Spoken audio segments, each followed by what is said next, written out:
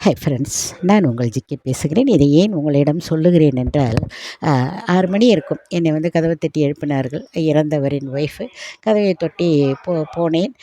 என்னப்பா என்று கேட்டேன். இது மாதிரி தம்பி இல்லையா வீட்டில்? இல்லைப்பா, வெளியே போயிருக்கான்ப்பான்னா, நான் மட்டும்தான் இருக்கேன். என்ன பண்ணுறதுன்னு தெரில.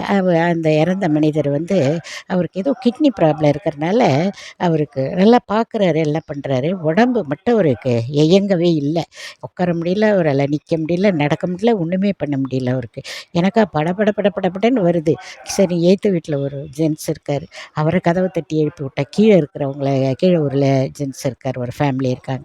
அவங்களுக்கா போய் கதவை தட்டி எழுப்பி விட்டு எல்லாரையும் கூப்பிட்டு அவரை கொண்டு வந்து ஆம்புலன்ஸ்லேருந்து 2, நான் எந்த ஆஸ்பத்திரின்னு சொல்ல விரும்பலை, ஆம்புலன்ஸ்லேருந்து 2 பேர், ஒருத்தர் டிரைவர், ஒரு மிடில் வயசில் இருக்கார். வந்தவர் ஒரு யங்கில் இருக்கார். அவர் கூடவே, இவரை படியிலேருந்து இறக்க முடியல, அவர் கூடவே இருந்து நிற்கிறார் வழியே. நான் கூட சொன்னேன், தம்பி கொஞ்சம் ஹெல்ப் பண்ணுங்க, அவரால் முடியலையே அப்படின்னா, சிரிச்சுக்கிட்டே பேசாமல் நிற்கிறார். அவங்க நிறைய பேரை பார்த்துருப்பாங்க, அது வேற. ஆனால் மனிதாபிமானம் என்று ஒன்று இருக்கிறது. ஆட்களும் இல்லை அவர்களுக்கு. நம்ம வீட்டிலும் யாரும் இல்லை. கூட போன 2 பேராலையும் முடியவில்லை. அவர் நல்ல ஹைட் வெயிட்டமாக இருப்பார். இது மாதிரி என்ன சொல்வது, இதெல்லாம் எனக்கு மனதுக்கு மிகவும் கஷ்டமாக இருந்தது. இதோ இறந்து விட்டார் நேற்று ஈவினிங். என்ன சொல்லுவதென்றே எனக்கு புரியவில்லை. அக்கம் பக்கம் யாராவது இருந்தால் நன்றி, தேங்க்ஸ் என்று சொல்லுவதை விட அவர்களுக்கு உதவி செய்யுங்கள்.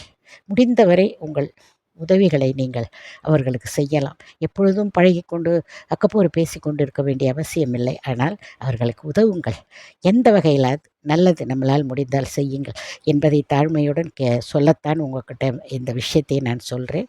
நீங்களும் அப்படி இருந்தால் ஒருத்தருக்கு ஒருத்தர் உதவி தானே, அதற்காக சொல்லுகிறேன். நன்றி.